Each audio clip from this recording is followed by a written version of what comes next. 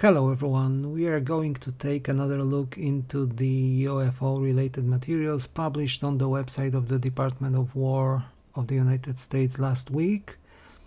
We have taken a look at some FBI investigations as well as the Apollo 11 and 12 lunar missions. And today we've got some more stuff, this time related to Apollo 17, which was the last lunar missions carried out in December of 1972. We've got some transcripts from a tape. It's got some timestamps. It's got some initials, which I believe are the members of the crew and the people overseeing the mission from the Houston Space Center. So let's go and read through the material and see if there's anything interesting in there. This is labeled as tape 5/2. And yes, we copied your VI and your EMS numbers, and we've got a number for you. Maneuver start will be at 03 plus 33 plus 27. Okay, we got you. Maneuver at 033327. That's affirmative, Jack. You guys didn't tell us that we couldn't see anything going through the sunrise. Laughter, Roger. 17 Houston, we are making plans here for a spacecraft SEP time of 03 plus 43. 03 plus 43, Roger. 17 Houston, we're copying cabin press of 5.9 this time. I believe this is the cabin pressure. Roger, we just got it, Bob. Okay, thank you. Frame 65 for the LMP Mag November. Okay, we are maneuvering Houston. Roger, we're watching it. Now we've got a few very bright particles or fragments or something that go drifting by as we maneuver. I believe this is something of interest as it is underlined. Roger, understand? There's a whole bunch of big ones on my window down there, just bright. It looks like the 4th of July out of Ron's window. Yes, now you can see some of them in shape. They are very jagged, angular fragments that are tumbling. Roger, they look like fluid of some sort? Not to me, they look like pieces of something. Roger, they are very bright. Jack would like Omni Charlie.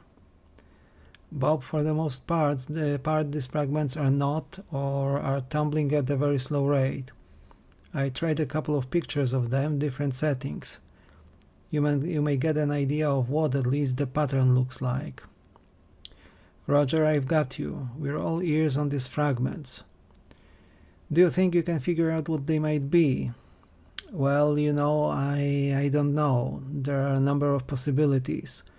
If you had some kind of I got the impression maybe they were curved a little bit as if they might be off the side of the Saturn IV-B, and that's a wild guess.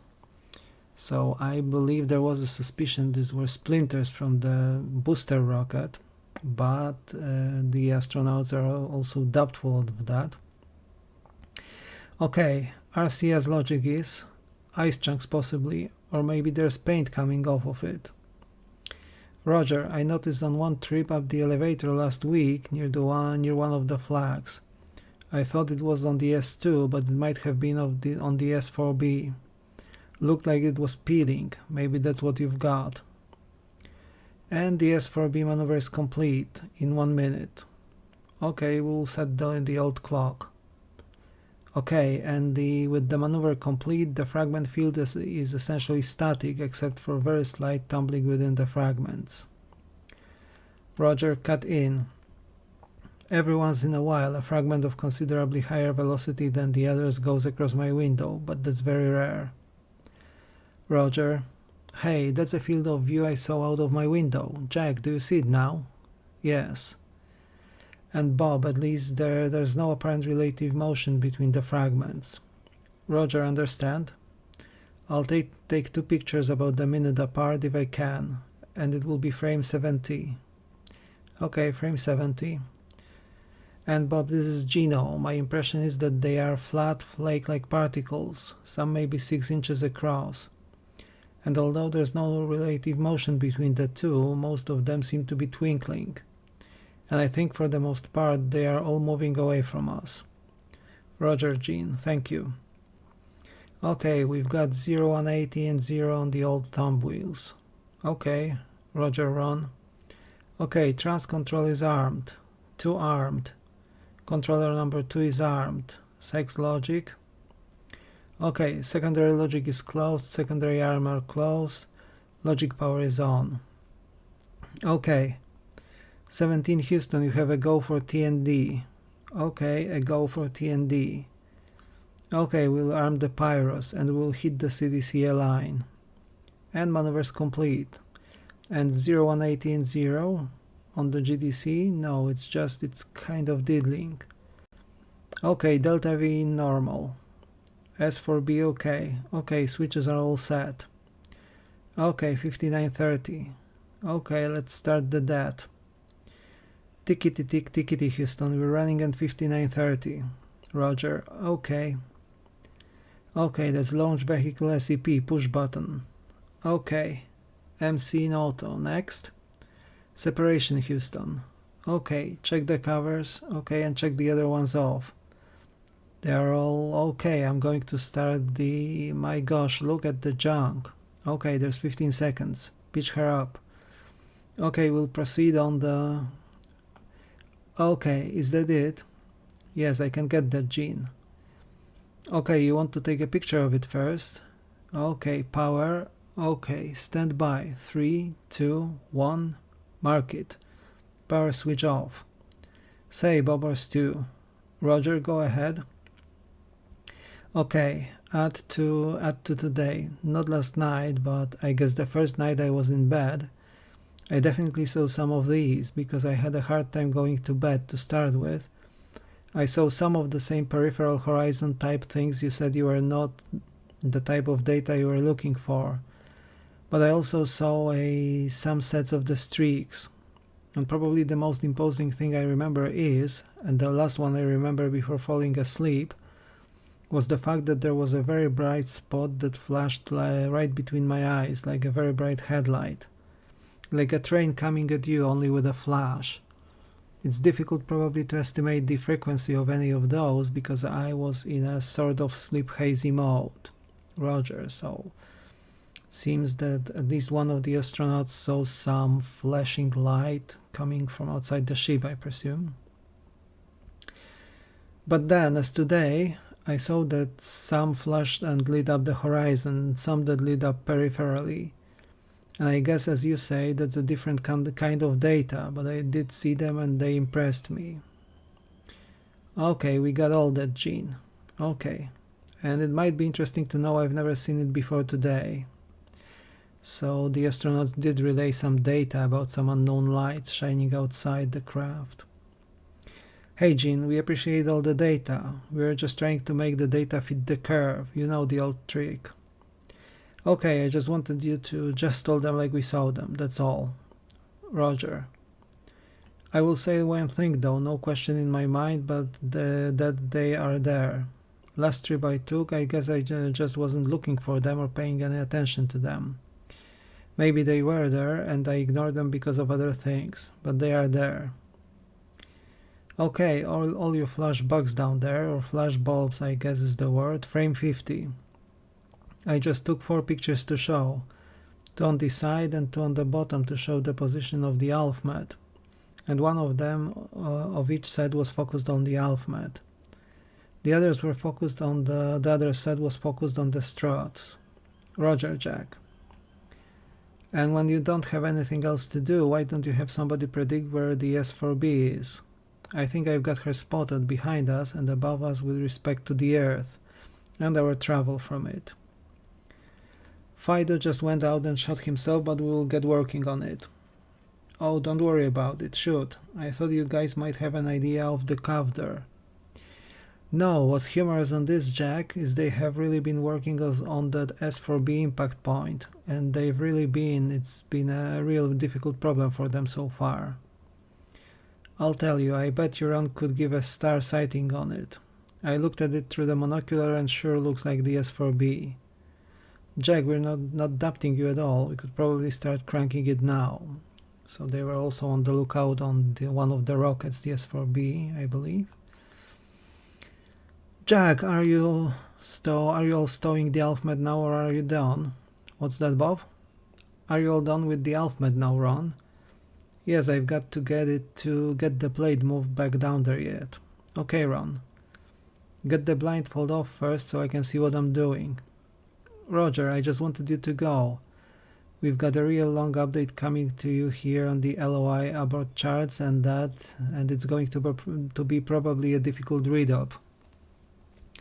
And you are the most familiar with the charts, you probably would want to take them. But whenever you want to take them, they are on charts on page 381, 382, and then the cue card for LOI limits. Whenever you want to take them, it will be a lengthy one. Stand by, Bob. Let's get squared away from the ALFMED, then we can get going on that. No, I don't want to hurry you, Ron. I just want you to know that when you just get yourself comfortable and be ready to take them whenever you want them. It's going to be a lengthy time though. Okay. Hey Bob, I'm looking at what Jack was talking about, so again the strange lights I guess. And it's definitely not the particle that's nearby, because there is another one I can look at and get a three-dimensional comparison with. It is a bright object, and it's obviously rotating because it's flashing. It's way out in the distance, as I say, because there are particles that are close by, and it's obviously not one of those. It's apparently rotating in a very rhythmic fashion because the flashes come around almost on time. And it's as we look back at the Earth. It's up at about 11 o'clock about, or maybe 10 or 12 Earth diameters. I don't know whether that does you any good, but there is something out there. Roger, we don't doubt it, Gene. And we might work out a set of gimbal angles or something here. Maybe you can get a look at it through the optics. Okay, and I just want to emphasize that it's definitely not one of these particles that tends to look like a star out there. It's something physical in the distance. Laughter. Oh yes. So my guess is that this is probably a UFO that they just saw outside. Think of... yes, guess I am.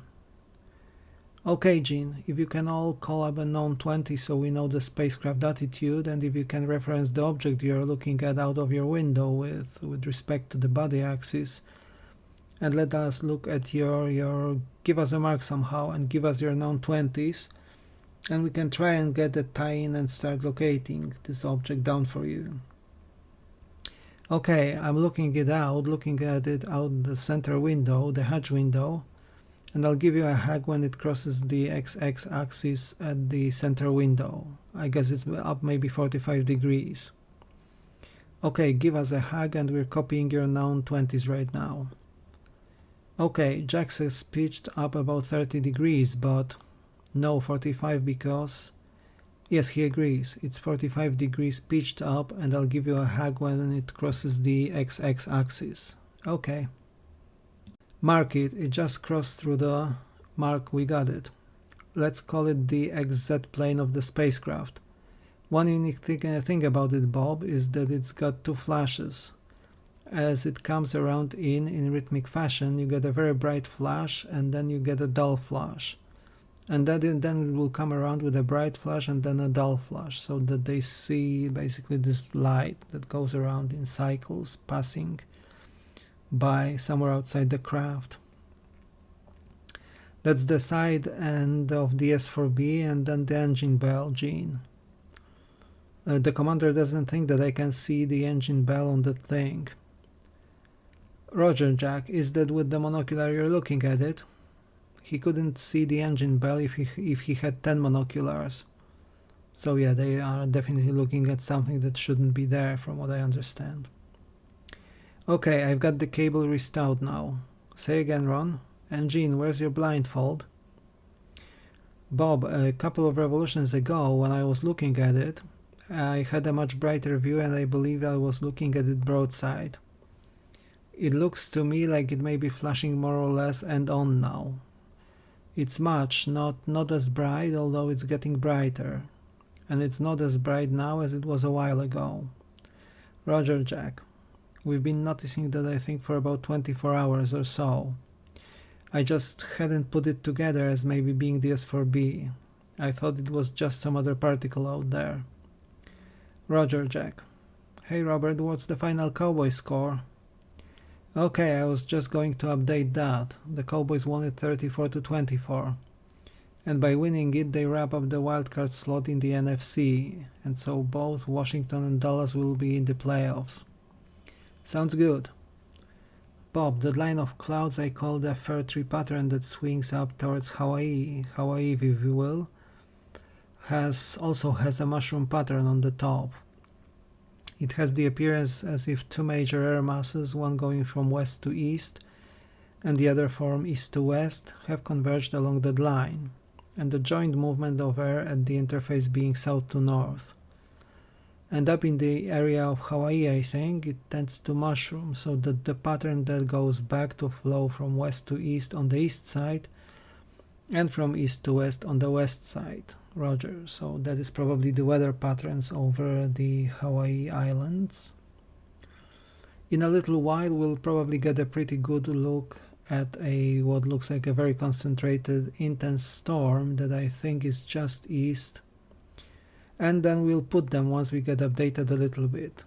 Yes, I'll get out of Vox in a minute. I was looking at the flight plan and stuff and the little books. Say Bob, go ahead. Houston 17, how do you read? Go ahead Jack, read you loud and clear. Okay Bob, you want to update the LOI card and flight plan 382 and 381, is that right? That's affirmative. Which one do you want to start on? And I'll just confirm that the disturbance over the Solomon Islands is an awfully tightly wound little storm system. And right now I have finally seen New Zealand for the first time in a couple of days for sure. And the South Islands got some probably high cirrus over it. North Island looks pretty clear. That's the end that I can get right now. Roger, we saw you looking at Regulus there. We didn't realize you were looking at the Earth instead. Ron's been looking out for the booster, and he called me down and asked me to look at the Earth. He's been holding out on me. Roger, pass the torch of weather forecasting to Ron. Hey Jack, I also have some words for you and Jean. Got some advice from the home front. The thing to do with Ron in the future is to hook up a baby Ben and a metal dishpan. It works every time if you want to wake him up. No, I think that's not a good way. So I guess that's how they tried to stay awake at the right time aboard the ship. No, I think that's not a good way. Ron, everybody's fine over at El Lago. They are doing great, listening to every word. Very good, Bob. Thank you very much. And again, a mention of a UFO, I think. Hey, Bob, we got two of those flashes out there. They could be SLA panels, I don't know. They are alike in intensity and pretty regular in the intensity. Bright and dim flashes they come out with, and they are widely separated. One is about the position we called at the first time. The other one is, as I'm looking at the Earth, far to the left, closer to the center window now. Roger. Houston 17. Go ahead. Yes, Bob. What is your analysis chart if you have it? Surface the terms analysis chart show for Hawaii today? Stand by on that. Jack, according to the reason I ask is that for using your term, go ahead. No, go ahead on that, Jack.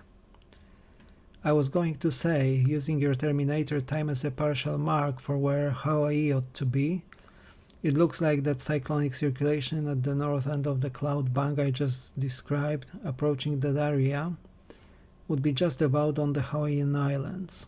I'm curious if they're getting some weather down there right now. Stand by right now, I've got my weatherman right beside me here. Also, that major front we talked about last night as being east and south of Japan has progressed even further in this, maybe 20 degrees longitude, about 20 degrees longitude from the Hawaiian Islands, and I'm making some guesses on exactly where Hawaii is.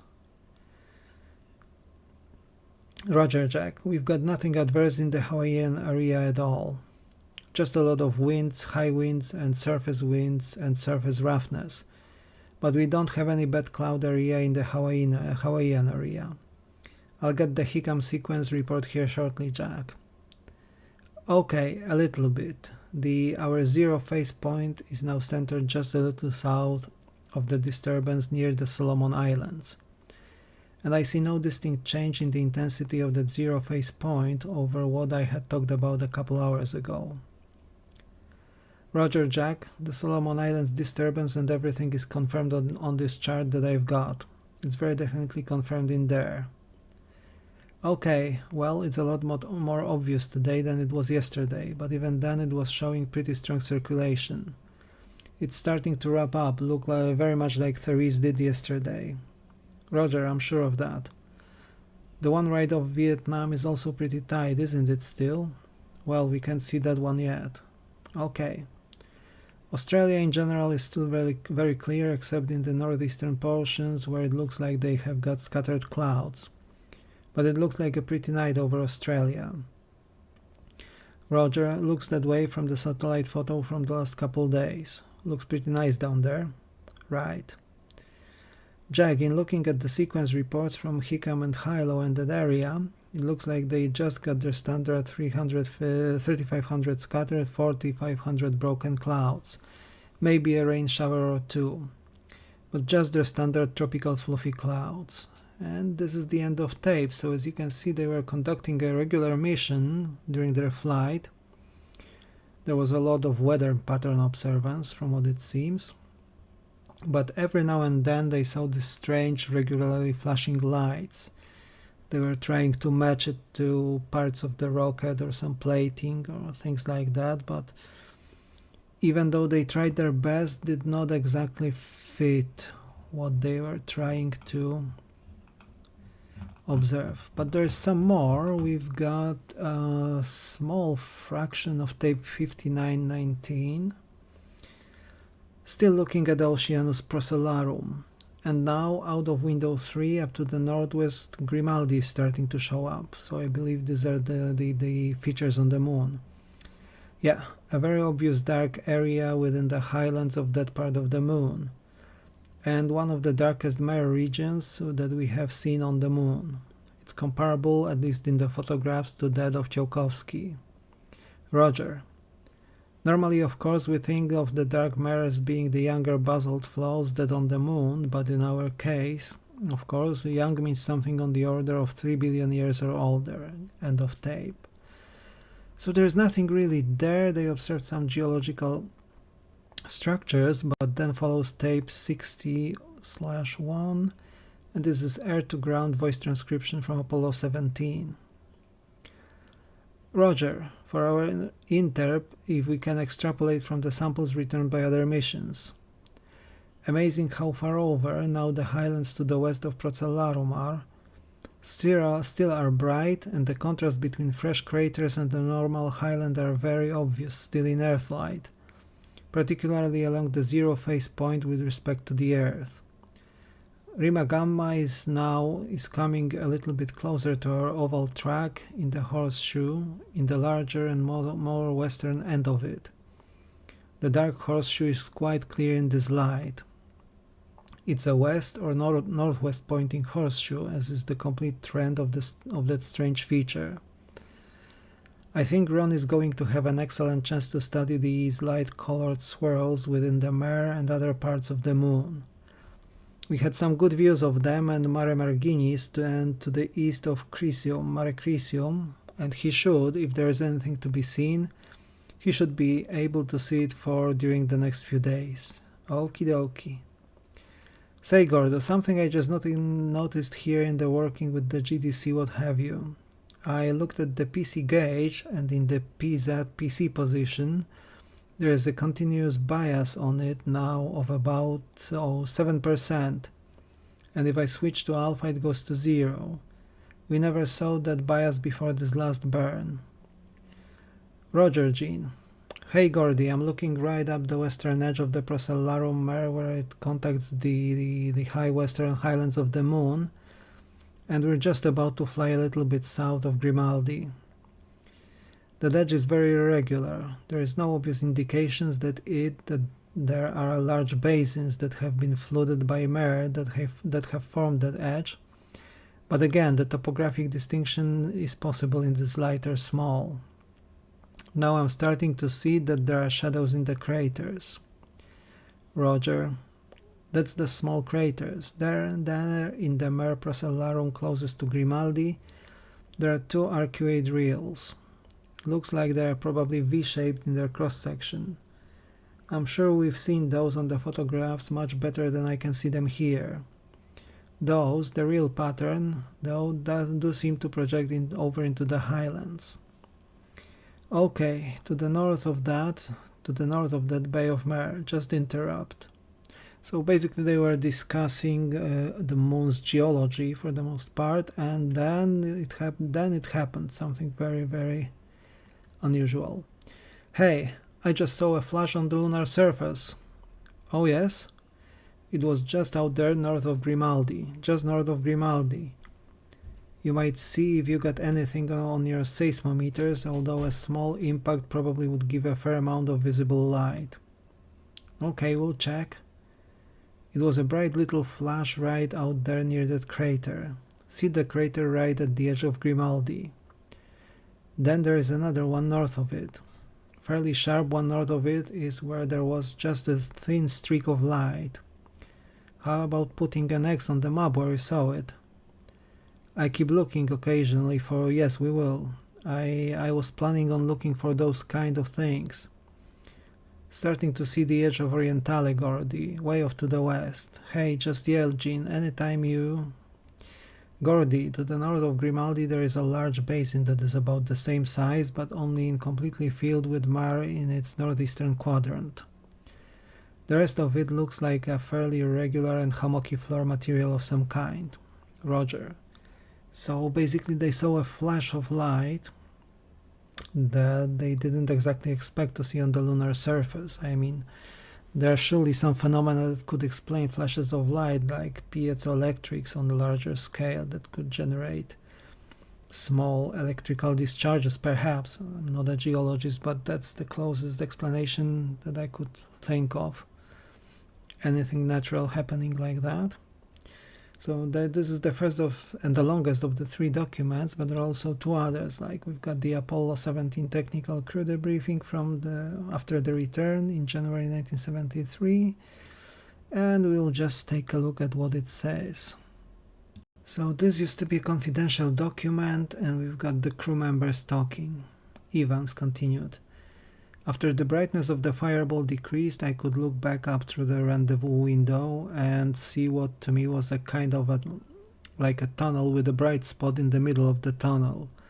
Way down tunnel, way back behind, I could see the fireball. Cernan. The only unusual sighting I can recall during landing or recovery is when the CMP looked out the window and saw the superstructure of an aircraft carrier and said, "Oh, we've got a tin can with us." Evans. Well, it was kind of foggy on the windows. Schmidt. Transearth, we had only a small crescent of an Earth, and it was not feasible to do any extensive weather observations. We had light flashes just about continuously during the whole flight when we were dark adapted. I had one which I thought was a flash on the lunar surface. That one period of time when we had the blindfolds on for the ALFMED experiment, there were just no visible flashes. Although that evening, that night, before I went to sleep, I noticed that I was seeing the light flashes again. So it just seemed to be that one interval either side of it where the light flash was not visible to myself or the other two crewmen. So again, it's the mention of the same phenomenon that we have just read about with the strange light flashes on the lunar surface. And the last of the three documents is dated to the 8th of January 1973. This time we've got crew debriefing for science. It did not have any classification beforehand, so I don't think it's anything particularly strange. Henry continued, gravitationally holding it together. We thought it might be in the form of ionized hydrogen. We looked for Lyman alpha radiation redshifted from the ionized hydrogen, and we didn't see any. We set the lower limit, which certainly excludes the possibility that coma cluster is held together by this ionized hydrogen. I think it may leave a real mystery as to what is holding the thing together, so some astronomical observations from what I understand. The fourth point may turn out to be the most interesting thing of all. When you look in the Milky Way, you see a lot of UV coming from the stars, but the question is, what do you see when you look up to the North Galactic Pole or down to the South Galactic Pole? One of the most exciting results of X-ray astronomy was the fact that an X-ray background was observed over the sky that nobody had expected, and part of this is the gamma-ray background that Dr. Tromka talked about. In the UV nobody knows, but you never know until you look. We do have to deal with this background of stars that we know is there. So we did look at a large number of different points at high galactic latitudes, both north and south. The spectrum that we see above this is above this dark count. In other words, this abnormally high dark current did not in fact interfere with that experiment. The spectrum that we see looks like the spectrum of the hot star. However, we know that there were no hot stars within our field of view. Therefore, the most conservative interpretation, I think, is that what we are seeing is light from hot stars in the galactic plane going up out of the plane and reflecting off interstellar dust. There are certain characteristics of the spectrum, though, that don't fit that theory, and it's at least possible that this is extragalactic radiation. I'm looking forward very much to the detailed computer study of this, but it's going to take a long time. Fifth point. Lyman alpha hydrogen radiation is a completely separate problem, and Gary Thomas at the University of Colorado and Charles Bartham observed this from OGO5. We obtained just an enormous amount of data on the Apollo that's going to straighten out this picture and clarify it considerably. This is hydrogen that is inside our solar system. It's sunlight reflecting off this. The hydrogen, Gary Thomas thinks, is hydrogen from interstellar space streaming through the solar system, and he is looking forward with great anticipation to getting detailed analysis of that. One more thing, the spectrum of the Earth. I keep saying we, but these were the guys that were there.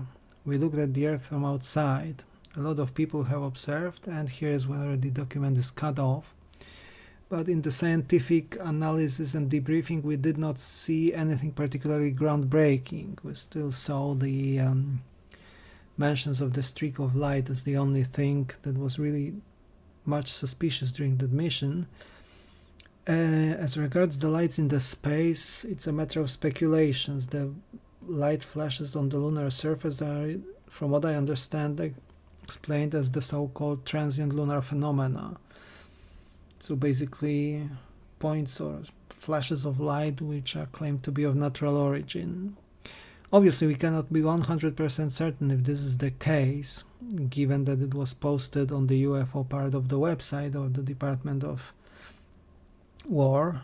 I mean, there is no reason not to believe science as well, but we've got a very, very incomplete picture here. I mean, this was just a fragmentary record of what really transpired during the Apollo 17 mission, so none of that is really out of like completely unexpected or something that people hadn't already known. But yeah, all those little bits compared with what we have seen for Apollo 11 and 12 before lead us to thinking that perhaps astronauts do sometimes see some phenomena which are not that easily explained. I'm not exactly saying that this must be aliens, but it's always one of the possibilities. I am hoping to be able to take a look at some more of these materials. I mean, there's technically a lot of stuff posted. Not all of that is relevant. And we hear the rumors that they're going to drop quite a handful of new videos, perhaps as many as over 40 at some point next week. There are two sources. Some are claiming that the material on the website will be published every month. Some claim it's going to be fortnightly, so we will see. But here's to hoping that we will learn to know more as time goes by, and I will be very happy to cover as much as I can on the channel. So thank you very much for watching tonight or today, whatever the time of the day it is for you. Stay warm, take care, and I will see you soon in another video indeed. Bye bye.